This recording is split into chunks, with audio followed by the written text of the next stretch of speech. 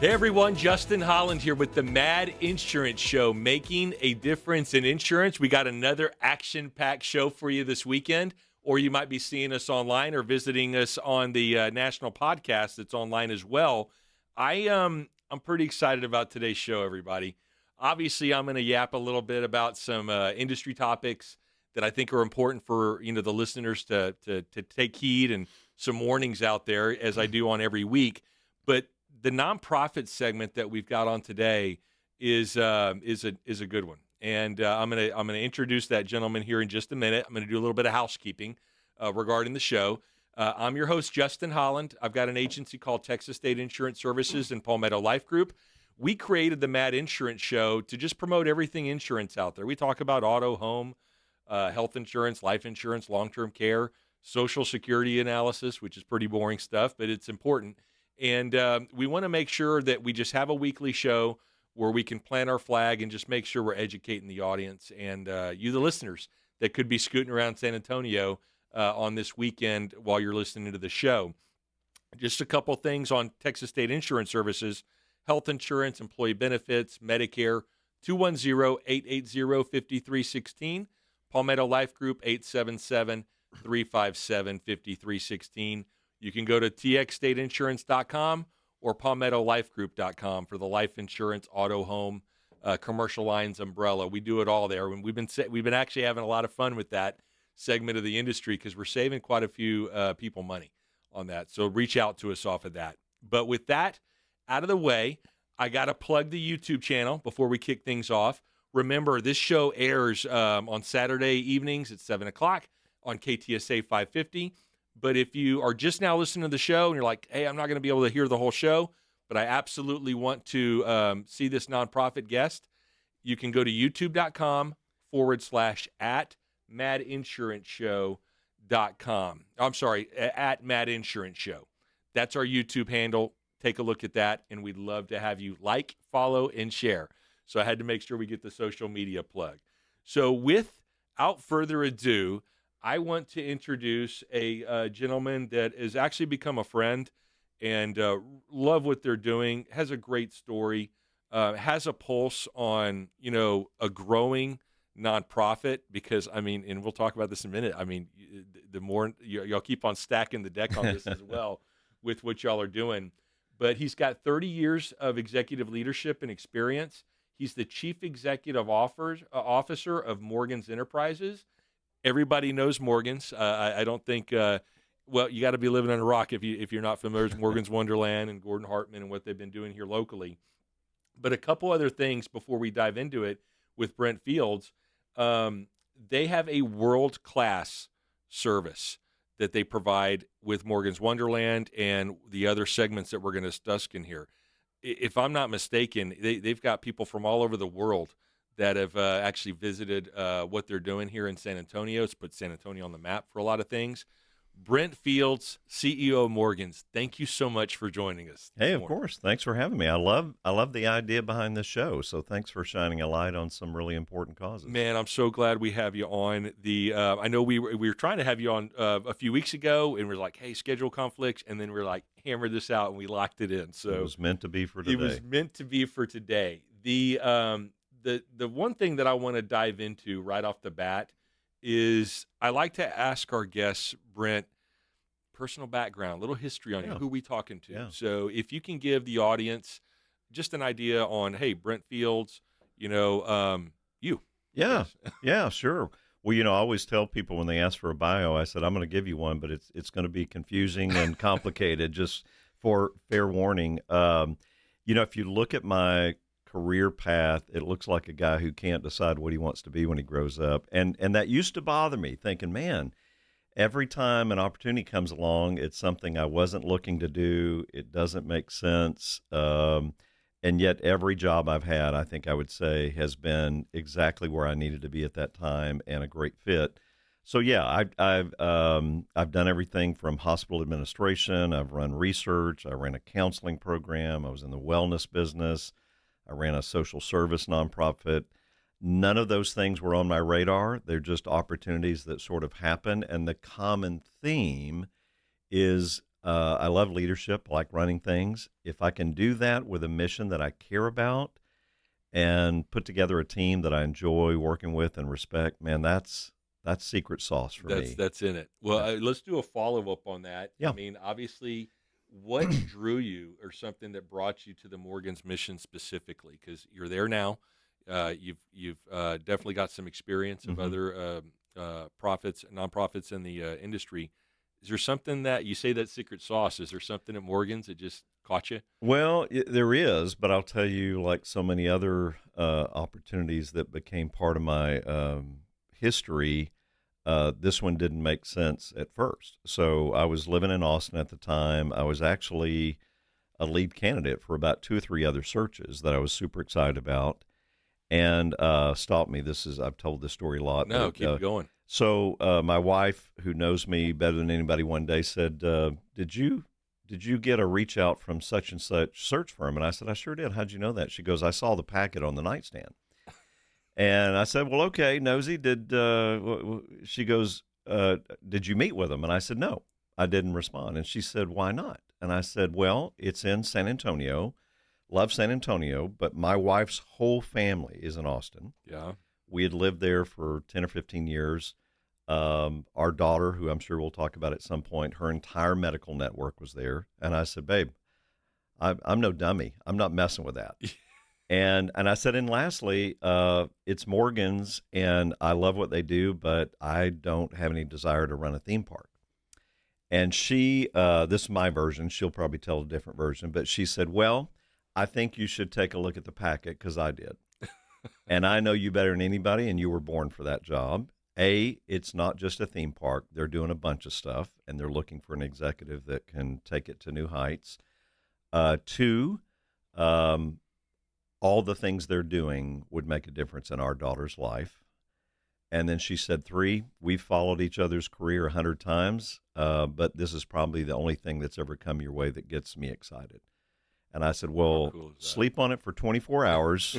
You have to be the one to tell your parents."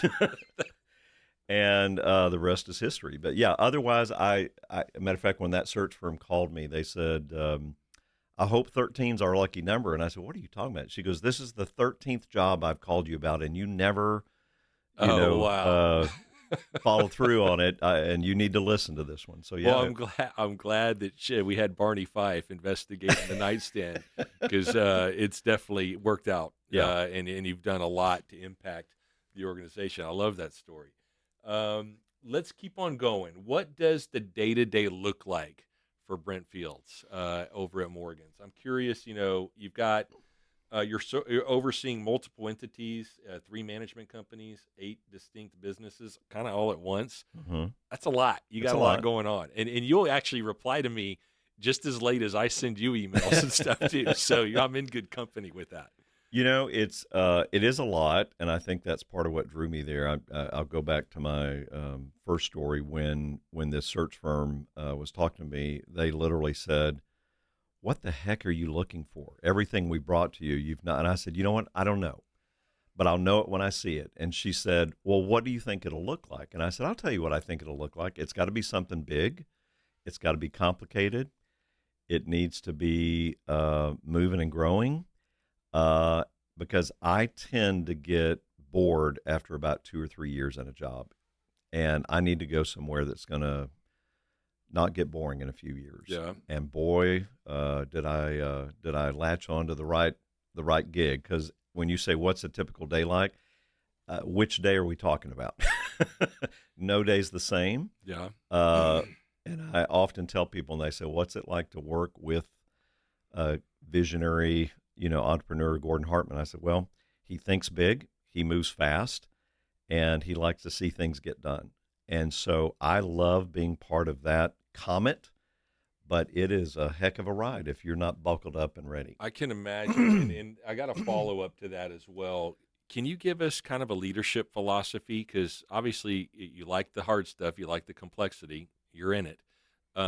Is there anything that's kind of helped you persevere and just in do a better job as far as leadership philosophy, I guess? Oh gosh, I could talk about that all day because it's the thing I care about most and work on the most. I will say this: earlier in my life and career, I was methodical to a point.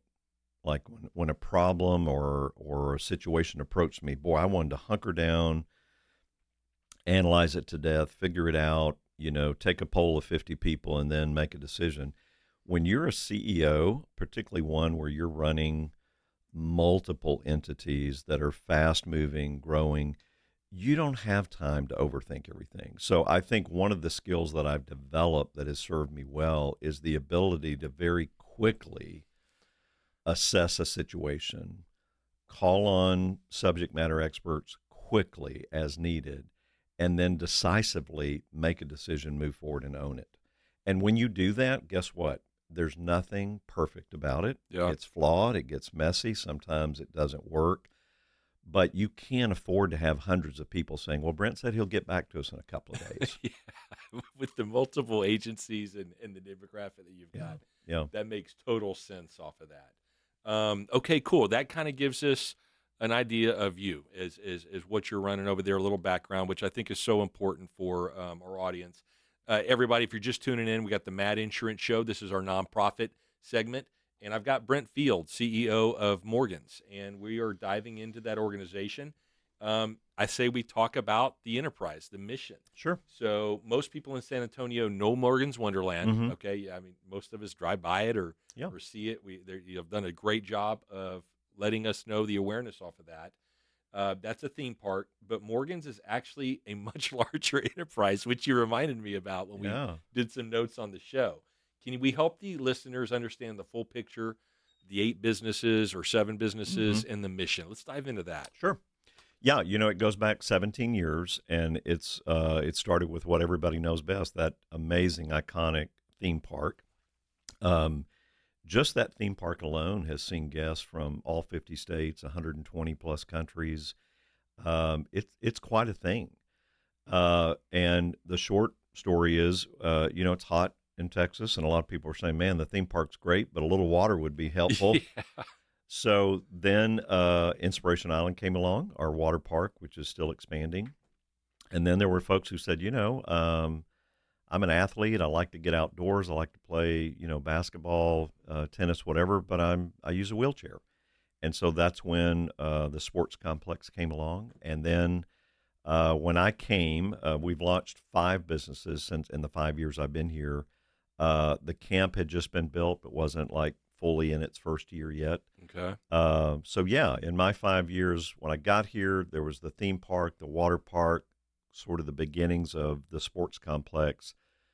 Then Morgan's Camp, which is another 100-acre campus about 8 miles north of our main campus, sees about 5,000 campers a year from all over. Then the Multi-Assistance Center became operational early in my tenure. We just served our 10,000th patient. We call them members, people with disabilities. I saw that online. I saw y'all just recently. It's a big deal. And we're not done. We're not at capacity. So we're actually doing a campaign telling people we can actually serve more and we're ready for you, so come see us. So the Multi-Assistance Center is by far the biggest in terms of facility. That's about a 165,000 square foot, 3-story building. It's an impressive campus. Hundreds of people that work there every day, serving thousands of families in the community. So that came along. And then most recently, we launched our Inclusion Institute, which I can talk about all day. That was a result of every day getting calls, emails, people saying, can I take a tour? Would you do a presentation? Would you do a podcast? Would you come tell us how to do a version of what you're doing? And it was super flattering, but we couldn't get to our day jobs. Yeah. And so I said, we've got to create a mechanism to handle that more effectively. So I sort of came up with and launched what we now call the Inclusion Institute. And I worked through Korn Ferry to hire a president named Enzo, who's amazing. But that entity is the first thing we've done that's not about a vertical bricks and sticks. it's where our IP lives. It's where the Morgan secret sauce lives. And so we offer everything from presentations, workshops, seminars, trainings for corporations. We do consultation work.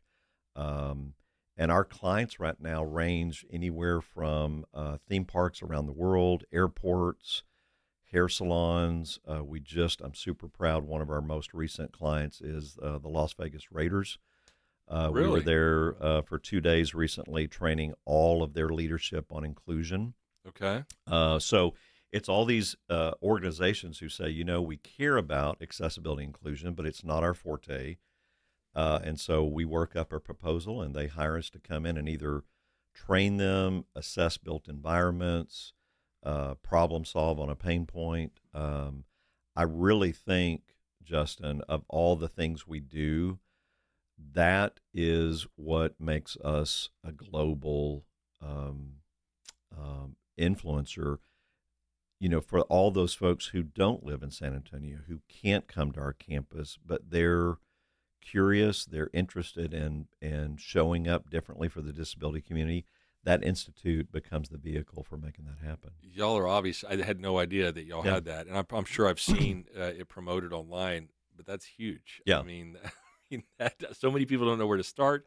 It's a full-time job. It's why you created an organization, or a subsidiary to start tackling that. And it got the Raiders obviously attention as well. Yeah. The other question. I'm sorry. Give me 1 second. I lost my agenda notes. I finally got them back up. Let's kind of piggyback off of that real quick.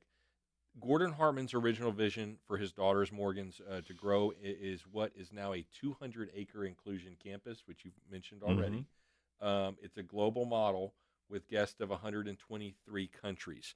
I mean, is there a country that hasn't been possibly reached yet? It looks like y'all have circled the globe with the influence. Word gets around. I'll never forget. I think in my first couple of months in the job, and I was walking the park, and we were actually closed that day, and I see this entourage of people, and then I notice about 4 or 5 black SUVs parked out front, and I said to our leadership team, who's the movie star on? And they said, oh, it's a group that just flew in on a couple of private jets from Dubai. They're here to study the park.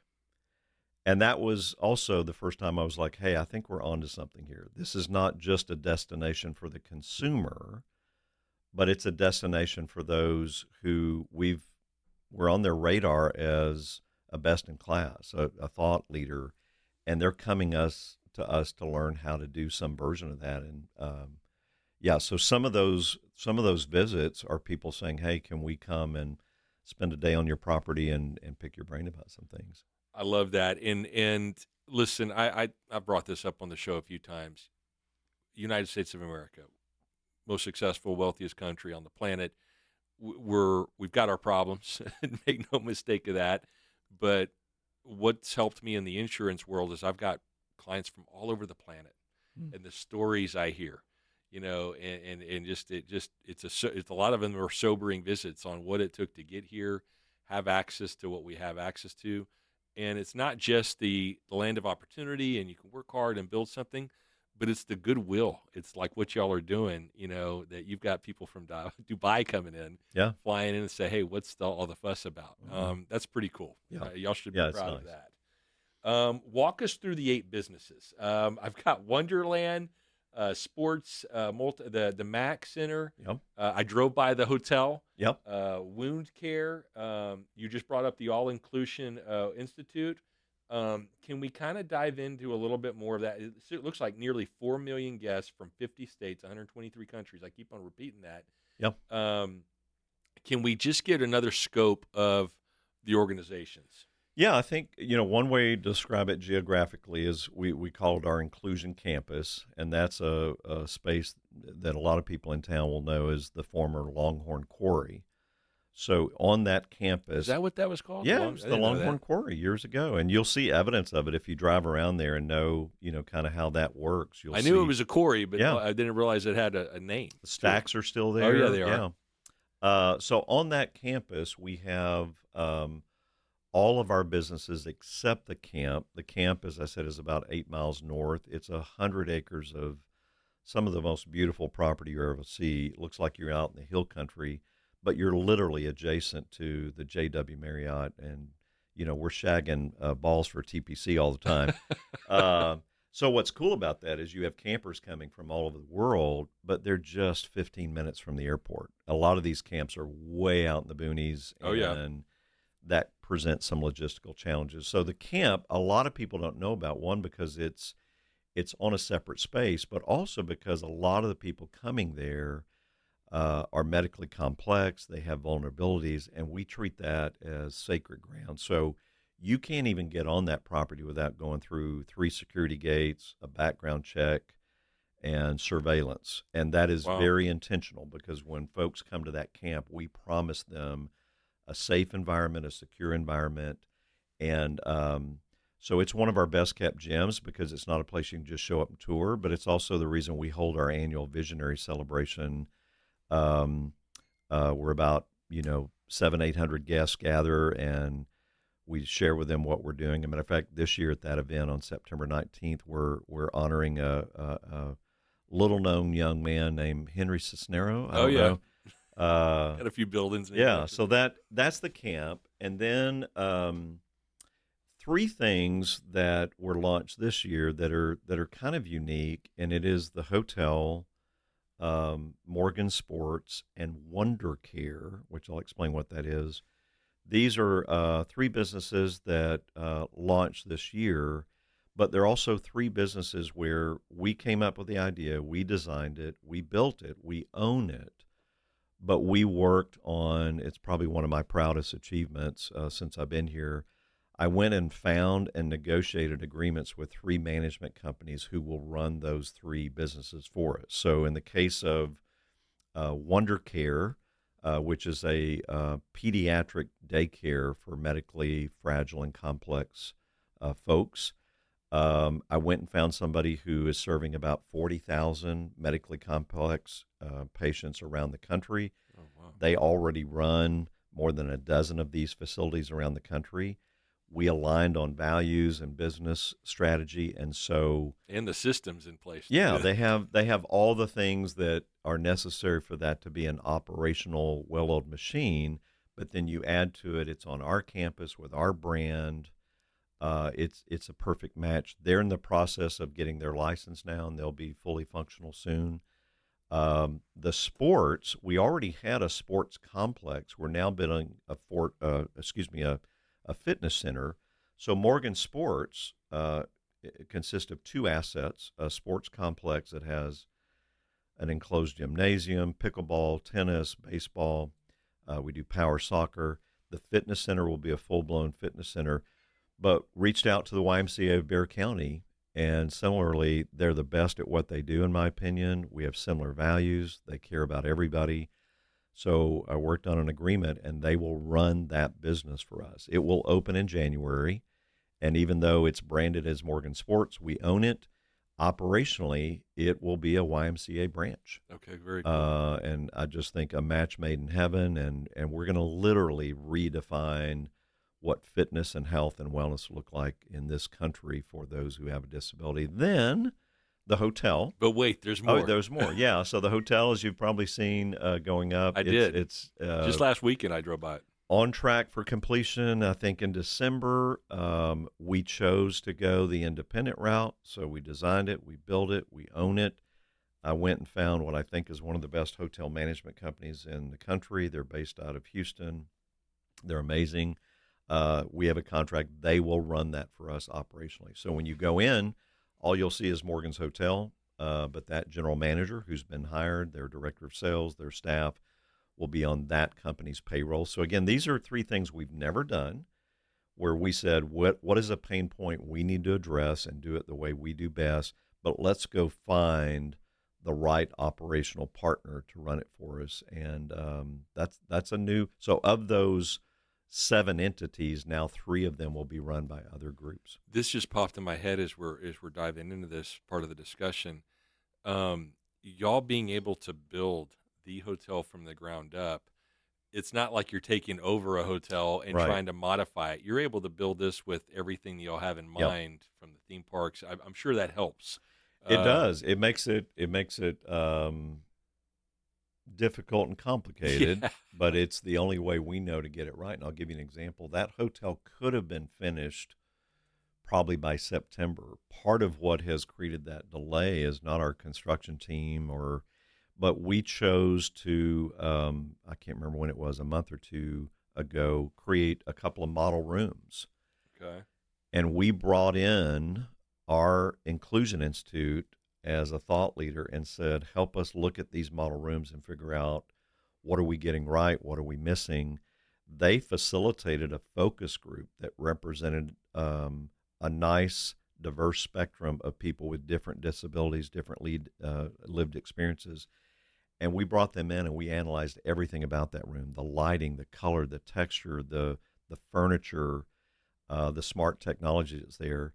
And I'm going to tell you, we made a ton of changes. Really? And that re-informed our timeline, we put a halt on construction while we reassessed some things, came up with new and different solutions, because we know how important it is for us to get it right. To get it right the first time. No, and you're not relying on other individuals. Y'all are able to make those decisions Right. accordingly. Another thing that popped in my head on one of the divisions for the sports division.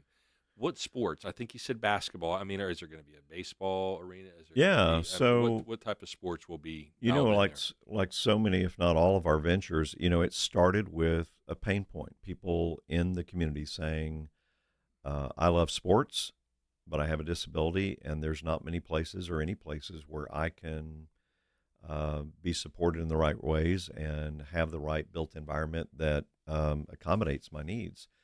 So we just renovated that sports complex, which was built, I think, I want to say 6 or 7 years ago, but it currently includes 5 beautiful dedicated tennis courts, about 14 dedicated pickleball courts, a baseball field that's wheelchair accessible, and then an enclosed gym where they do all kinds of activities there, everything from basketball, power soccer, volleyball, you name it. Let's bring back badminton. There you go. Why not? Why not? It's probably happening there, and I just don't It remember or know. probably is. Whereas the fitness center will be what you would see at probably a lot of YMCA branches with, exercise rooms, a child care area, a really huge, beautiful, well-equipped workout area, but one that has adaptive equipment, one that has more space, a building that will have a sensory room, an adult changing table. But like almost everything we do, a facility that is for everyone. So, one of our biggest dilemmas with the park is I can't tell you how many times I'm out and about and somebody sees this logo and says, "Oh, you work at Morgan's?" I go, "Yeah, have you ever been?" And they go, "No, but you know what? When my nephew's in town next time, he uses a wheelchair, I'm going to come." And I go, "It's for you too." And they go, "Really?" I thought the only people that could go there were people with disabilities. We have, on average, around 150,000 guests in that park every year. And we're not even open year round. About 15 to 18% of our guests have a disability that we know of. So It's a fraction. it's a fraction. Now, anybody with a disability anytime can go to that park as often as they want, and they will never be charged admission. But one of the things that was part of Gordon's vision, which I think is so brilliant, is creating that intersectionality. So think about a kid in a typical swing, not too far from my daughter who's in a wheelchair swing, and the light bulb goes off, and they go, "Oh my gosh, I never thought about how somebody in a wheelchair would have a swinging experience. I've never seen a wheelchair swing." Suddenly, you just created a connection that wouldn't have existed otherwise. And maybe that night at dinner, that kid is saying, "Hey, Mom and Dad, there's somebody at my school that is different than me, and I think I might get what they're going through now, and maybe I can show up for them differently."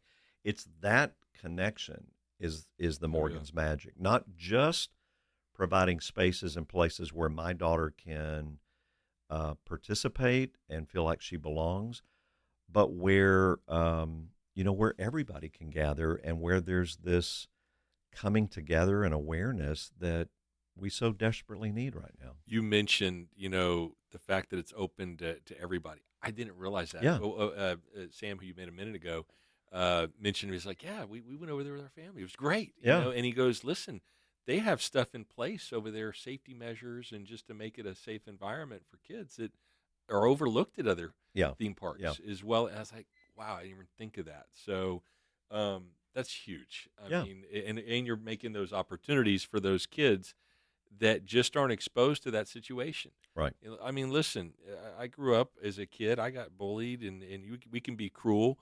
If we can help these little ones at a young age embrace being a good person and that inclusivity, I think it'll go a long Yeah, way. yeah. In the I'll long tell run. you a story, Justin. I always tell when Chloe, our daughter, was in grade school. I remember my wife and I having a conversation with the principal about some things that she needed. Like you have to think about, okay, what do you do with a medically complex kid who uses a wheelchair on the second floor when you have a fire drill and you can't use the God, elevator? yeah, What do you do when that person needs routine hygiene and diaper changing, but you can't use a typical restroom? So we were going in to have one of those conversations, and I said to the principal, I said, look, first of all, thank you for caring. Thank you for showing up to help us problem solve. And I said, look, Chloe deserves it, so I'm not going to apologize for what you're doing. But I do realize when the Fields family shows up, it's a lot. yeah, We're coming in with a lot. And he interrupted me and he said, Brent, please know Chloe makes this a better school. She oh, yeah, teaches us empathy every day.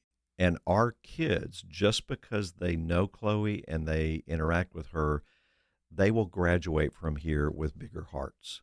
So don't ever apologize for what Chloe brings to this school because she makes us better every day. And man, whoo, oh yeah, that'll bring you in. And that's what it's all about. yeah, I'm so glad you brought up Chloe. Obviously, when we started the show, you were talking about, hey, joining Morgan's and that opportunity, and your wife is like, hey, this helps our daughter, yeah, with our situation.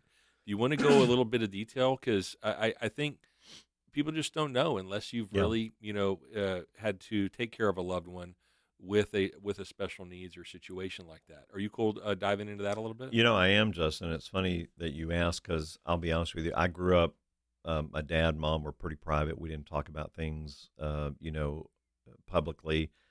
Um, I sort of adopted some of that, and I think earlier in Chloe's life, a lot of people would say, "How's Chloe?" and I would just say, "Fine." One, because there's no short way of talking about how Chloe's doing, and two, I think, do you really want to know? Because Yeah. it's a lot. And I made a decision, and I don't remember what turned things for me, but I thought, you know what? I will always treat Chloe with dignity, and she deserves her privacy. But I think we have an obligation to tell a part of her story because if we don't, how will anyone else know that that is a reality for a lot of people in this world? And I'm privileged to have a position where I get a lot of opportunities to speak and be in front of people. And I think it is, uh, I think I have a responsibility to use that platform and make people aware. And when I tell Chloe's story, every time people go, wow, I had no idea that that could be a reality for somebody. So, happy to talk about her. The headline is she's this beautiful, smart, uh, funny, adventurous, socially engaging, amazing human being who just happens to have a lot of disabilities and is medically very complex. So she has a very rare metabolic neurological disorder called Lee's. Um, and at the time we discovered it, she was the only known documented living person in the world with that gene On the mutation planet. on the planet. So there was no playbook. And the neurologists in Houston, and I wasn't offended by this because we were having trouble getting doctors to just be honest with us. And after a lot of exams and evaluations, she said, you have a beautiful ticking time bomb. The reason she's the only known living one is because the few people we know with this disorder died within the first year or two. Oh wow. There's no cure. There's no treatment. Go home and cherish every day because you won't have her very long. And that was about over 15 years ago. Now, part of that story is we have a lot of privilege. We have good insurance. I make a good living. My wife and I are pretty well educated, smart, and assertive. I used to be a hospital administrator. So we have used that privilege to make sure Chloe gets everything she deserves and needs. Yeah. Think about what I always say, think about what Chloe's life would look like if she was being raised by a single mom, living in poverty with no insurance, a language barrier. That's a different story. And so Gordon and I talk about it all the time. Our daughters are blessed. They will more than likely get what they need in some way or fashion. But that is not the story of most of the people that we serve. And part of our mission is to level that playing field. I saw earlier this week, I was just doing a little research prep for the show for our visit today, and I saw a great photo of you and Chloe online. You know, it had Gordon and Morgan, and saw you and Chloe on there. Yeah. And I mean, just the story that y'all tell, and you're absolutely right. I've got friends that that have worked really hard to try to take care of family, and they started a foundation in South Texas. And I'll never forget. He's like, Justin, I'm in a position to handle this, but I'm trying to help all the other people that just aren't. You know, the toll it can take on a marriage and a family and siblings and all. You just don't. I mean, you don't know until you know, and dialed in with that. As far as the accessibility, whether it be Chloe or any of the individuals that come to the facility, and I kind of led this on a minute ago, talking about the fact that, you know, one of the people here at the radio station took their family over there and loved what you have in place. Is the operational decision, wouldn't notice, that makes a difference for our guests with special needs? Is there something that you love more than anything, of where you brought in that inclusivity, or maybe, you know, it could be a tool, it could be a toy, you know, something. I think I'm butchering that question, No. but I think you kind of get where I'm going. Yeah, and you know, it's funny. It's one of the core businesses of our institute is identifying all those amazing innovations that can be replicated, and also tackling something where no one has figured out the solution yet, and us helping them do that. But to answer your question, everybody that knows me well knows this. My favorite example is our Ferris wheel, which Gordon bought long before I ever arrived, and did the Morgan stuff to it. I have an artist rendition of that Ferris wheel in my office. It means a lot. I wrote a story once called "My Daughter and I Rode a Ferris Wheel." I never thought those words would come out of my mouth. But what I love about this Ferris wheel is when you look at it from a distance, and it's beautiful. It's so colorful, and it's made by this company named Zamperla out of Italy that we do a lot of work with. But nothing about that Ferris wheel screams accessibility. And you wouldn't even know unless I told you which of the two gondolas of the 12 are wheelchair accessible. And then let's talk about the fact that I can get on that accessible gondola with my daughter. She doesn't have to get out of her wheelchair. We don't require a ramp. And then while we're in that gondola, my very athletic, non-disabled son, student at Trinity, is in the other gondola with my wife. And here's what happens, Justin. All four of us are on the same ride, having the same exact experience at the same time. That almost never happens. Yeah. It's usually, oh, we don't have anything for your daughter. Or, oh, we have one. It's way over there in the corner. She can do that while the rest of the family does this. So when people say, what does inclusion really mean at Morgan's? I tell them it's way more than ADA. It's way more than access. The other example that I'll often give, when Chloe was in school younger, she never got invited to parties. So, you know, the birthday invitations just somehow always skipped her. Yeah. So that's not inclusion. You don't even get invited. But occasionally she would get invited to something, and we'd show up, and guess what? She couldn't even get in. Yeah. There was no way to even get into the building. So that's another piece of it. And then maybe sometimes we go somewhere, she gets invited, we can get in, but we're over in the corner and nobody's talking to us. That's not inclusion. Yeah. So we talk about ultra inclusion doesn't just mean you get invited to the party. It doesn't just mean you can get into the building, but it means once you're there, you feel like you belong. You're not othered. You are part of. And I hear every day how people have that experience at our park, at our camp, at our sports complex, at the MAC, and eventually at our other businesses. That is way more than just ramps and curb cutouts. That's culture. That's values driven through a staff that's hired for the right reasons in the right ways to do the right things. It's not easy. It's not cheap, and that's why not everybody's doing it. But boy, does it make a difference. Love that. The everybody want to just give some show identification. The Mad Insurance Show, making a difference in insurance. I'm going to talk about some insurance stuff a little later when we wrap up the show here in a few minutes. But this is our nonprofit segment. I've got Brent Fields, CEO of Morgan's.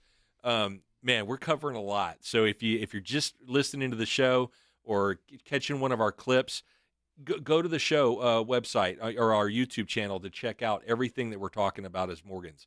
There's a lot that we need to process and that we just didn't realize that was there. If you know what, something we haven't brought up is the website, and the phone number. Let's plug that real quick. We'll kick off a few more questions, and then I'll wrap up some boring news in the industry. Morganswonderland.org is one of the sites. Is there one? Because you've got the multiple entities. I want to make sure we drive people to the right place. I appreciate that. And, I'll give you the short version. So we did a complete restructure. That was part of the thing that I was brought in to do. And so we created Morgan's is the name of the enterprise, the parent company, and that's what I run.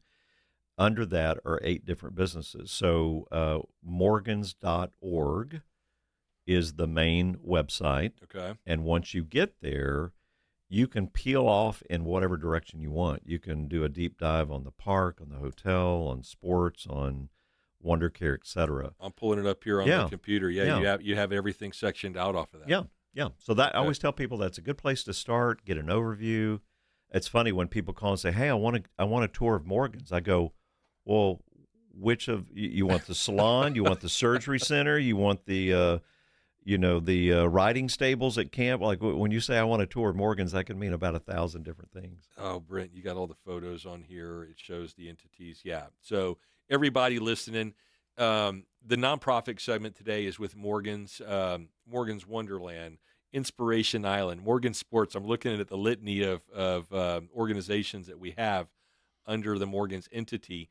Go to morgans.org and you'll see details on all of that. It's a great website. It looks like I think there's a phone number at the bottom there just in case you need to reach out to them.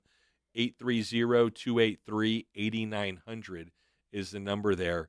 But man, I can't thank everybody for listening and tuning into the show today as we talk a little bit more about Morgan's. Let's keep it going. I think this is an important topic that we need to run down is the challenges, the bigger picture. Mm-hmm. Running 7 businesses under a nonprofit mission is a serious operational undertaking. What are the biggest leadership challenges holding all that together? Is there anything that keeps you up at night? Well, I don't sleep a whole lot, so maybe everything. I'll say it's a privilege. I would rather be part of a complicated, challenging, ever-growing enterprise than one that's stagnant and not, struggling to get things right and do more. But yeah, it's not for everyone. So, the old saying, we're building the plane as we fly it. I tell people when I got hired, it's like Gordon said, "Hey, I got half a dozen 747s circling. I need you to build an airport." So it is a lot of air traffic control. It's a lot of making sure we're aligned. We're one team with one voice. It's a lot of communications, just keeping our own staff up to date on what all we're doing, much less the community. But, I have a PhD in leadership, so it's something I care a lot about. And I always tell people, I think I was just meeting with our 40, 50 managers yesterday for a meeting we do every couple of months. And I said, I'm going to say it again. My definition of leadership is not getting stuff done. That's management. You need good managers. Leadership has to do with who you are and how you show up and the environment that you curate that makes everyone want to join you and do their best. That's hard shit. Yeah. It's not hard to come in and tell people what to do, give out tasks, reprimands, play gotcha. Idiots can do that. But it takes, you need to be on your game to lead in such a way, and I'm not suggesting that's me. I'm blessed to work with some of the smartest executives I've ever known, and I trust the collective wisdom of that group to keep us on the right track.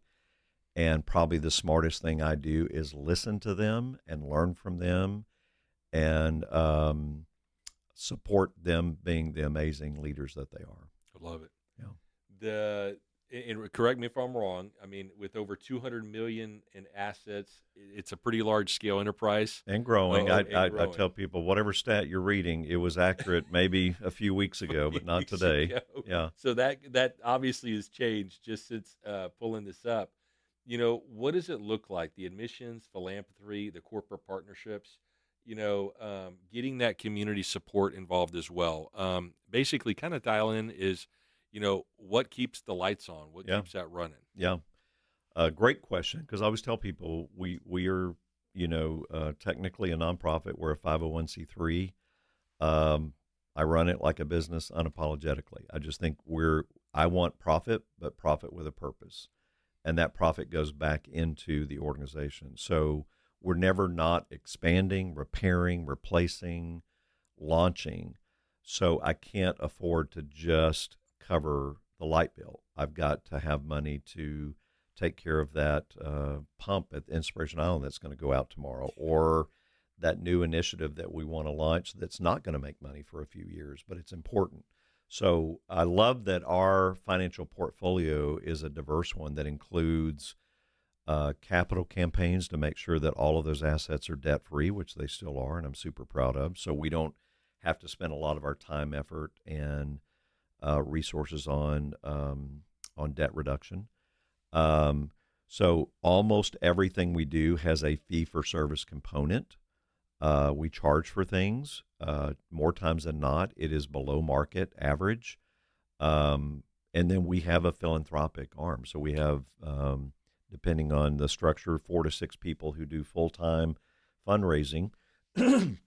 But they are raising maybe 10 to 20% of our total financial portfolio. Yeah. So it is necessary, but we are not overly reliant upon that. And I'll give you a quick example and stop me. But, let's take the park, for example. The park loses money, and most people don't know that. Even with 150,000 guests, food and beverages, merchandise. And here's why it loses money. No one with a disability ever gets charged for admission. Who does that? Anybody in the theme park industry? They charge you more for that. Yeah. Secondly, we do not charge people for parking. I won't name names, but tell me the last place you went and how much you paid for parking. Thirdly, we let them bring their own food in. That is a revenue killer when you are doing concessions. But you know why we do that? Because a lot of our guests have special food allergies, needs. They're on formula, and we're not going to stand in the way of that. Those 3 items alone, free admission, free parking, bring your own food in, result in about $1.5 to $2 million a year in lost revenue. Wow. And it's we about choose making that. a living, not a killing. Yeah, and we choose that. So our development team is charged to make up that gap. If we charged what it cost at camp to deliver those services, nobody could go. Yeah. So we do charge at camp, but about 50% of our operational budget at camp gets covered through fees, and our development team helps close that gap. Quick question in conjunction with that. I mean, sponsorship opportunities. It seems like Morgan's kind of just keeps their name in there. I mean, do y'all have opportunities where you've got corporate sponsorships or anything like that? We do. You do? Okay. Yeah, and one of my favorite examples is when the camp was built, a little company that most people probably haven't heard of here in San Antonio, Valero. They do some stuff with wool. You may have heard of them. They made what is still to date the largest charitable contribution in their history to make sure that camp happened. And then on top of that, some of their leadership made a very large gift. Wow. And that's why when you pull into that camp, you will see their brand at the tower that you drive into. So that was them caring about that initiative, really putting their money where their mouth is. And we are proud, to name them as a trusted partner and somebody who, just made sure that was done. I love done that. Well. Yeah. And yeah, they've got a few locations. Yes, they do. Around They do. town. The a couple other questions, and we're going to wrap up the show. I don't even know if I'm going to have time to really talk about some of the articles. Let's dive into. I like this one that we put together. Morgan's has become a point of pride for San Antonio in a way that is hard to fully explain. What does it mean when a family, maybe for the first time anywhere, experiences a place built specifically for their child in mind? You brought up a great story about the Ferris wheel, for your family. Can we just go in a little bit more on the the campus and the park, and one more experience that was like, hey, this is what we're seeing, and we're making a difference. Well, and I'll say this, and I've shared this with Jeff Webster at the Chamber. I'm on the board of Visit San Antonio. I tell them, I have a story that very few people do, in that I've lived in Houston, Dallas, Fort Worth, Austin, and West Texas. And I don't think there's anything like San Antonio. I've never seen a city this size that can come together around things that matter, that will collaborate, that are not just trying to one-up each other. It is a very unique atmosphere that I've not seen anywhere else. And I think that's one of the reasons Morgan's works here. I think this community cares about those that get marginalized and overlooked. And I think that's one reason our brand resonates so well here. I don't think Morgan's works without San Antonio, and I hope San Antonio feels like we're part of the thread of San Antonio. And that's why people come here from all over. Your question, what does that look and feel like? I walk the park at least once or twice a week, and I don't ever not run into somebody where I go, hey, what brings you here? Well, we were planning a vacation, and we can't go anywhere with our son, and we saw Morgan's on the website, and we loaded up the van, and we drove in from Michigan today. Wow. And we didn't know anything like this existed anywhere in the world. And we know we can't come every week, but at least for a day, we felt normal, and we felt like we were in a place that had us in mind. I mean, even when we brought Chloe down here from Austin, we never made it back because it's a lot to put her in a van and all of her equipment, supplies. But that first time we brought her here and I rode those things with her, I literally, for the rest of, my life before I ended up coming here to work, I thought, okay, it can be done. It should be done. It has been done. And this gives me hope that even though I haven't experienced it very many places, I know that it's possible. And the rest of the world could show up differently if they chose to. So it's almost like that symbol of what could be done. I love that, because it segued into kind of the question, for the listener out there that's never visited, Morgan's. You got people coming in from out of state, hours away, and you've got others that are 10, 15 minutes from the park. That just and I kind of want to stress that as we wrap up the show. Man, stop by there. I mean, can they just show up during the week, the weekends? Of course. I mean, you can always go to our website to see what the hours are. And look, I love all of the entertainment options. We are great friends with all the brands that you know and love in San Antonio, and I don't want to live in a San Antonio that doesn't have, the Alamo and the Riverwalk and SeaWorld and Six Flags and all the things. I think we offer some unique things. I hear a lot from young families that say, I love being able to go and park for free, not have to walk a mile from the parking lot to the gate, not have to stand in line for 45 minutes to ride a ride. It's financially accessible. It's logistically accessible. And I think we uniquely cater to those young families with young kids who maybe can't do the roller coaster that's going 100 miles an hour upside down, but they can participate as a family on all of our rides. You can spend a couple $100 on parking and food alone, and you're allowing, no matter what family is, whether you have a special needs individual or not, to come in and get down to business and start having some fun. Yeah. And that's pretty cool. Yeah. I mean, military discounts, senior discounts, but also, a typical, ticket that's around $25. $25. I've got a big picture in my office of one of my favorite trips to the park. That's me, our daughter Chloe, our son Mason, my wife Suzette, and my wife's parents who were in their 80s. We all spent the day in the park, and we all were able to do everything in that park. How cool is that? Now, where does that happen? Yeah. So it's rare. It's a pretty cool deal. Well, Brent, we're going to wrap up the show. Everybody, you've been listening to the Matt Insurance Show, making a difference in insurance. It's happening a lot right now on our nonprofit segment. It basically takes up the whole show, and I love that. All I can do is just say, hey, keep us in mind at Texas State Insurance Services and Palmetto Life Group. But this has been a great visit, Brent. Brent is the CEO, Brent Fields, PhD, CEO of Morgan's and their entities and group. I cannot thank you enough for you, the organization, what Chloe's doing to just make us better people. And hopefully we'll have you back with some new news and some other updates, because at the rate y'all are going, we're going to have another update on the morgans.org website at some point as well. Pleasure to be here, and thanks for how you're raising awareness in this community about some amazing causes. And, on our best day, we are joined by a host of awesome nonprofits that deserve this city's attention and support. So thanks for doing that. And you and I both agree, San Antonio is a great city. Yes. I've lived on the east and west coast of the United States. San Antonio is great. Everybody, thanks for joining us and tuning into the show. Make sure you go to our YouTube channel. You can, if you didn't catch the whole show, youtube.com/@MadInsurance show, and you can just Google that and you can find us. Take care, everybody. We'll talk to you next week.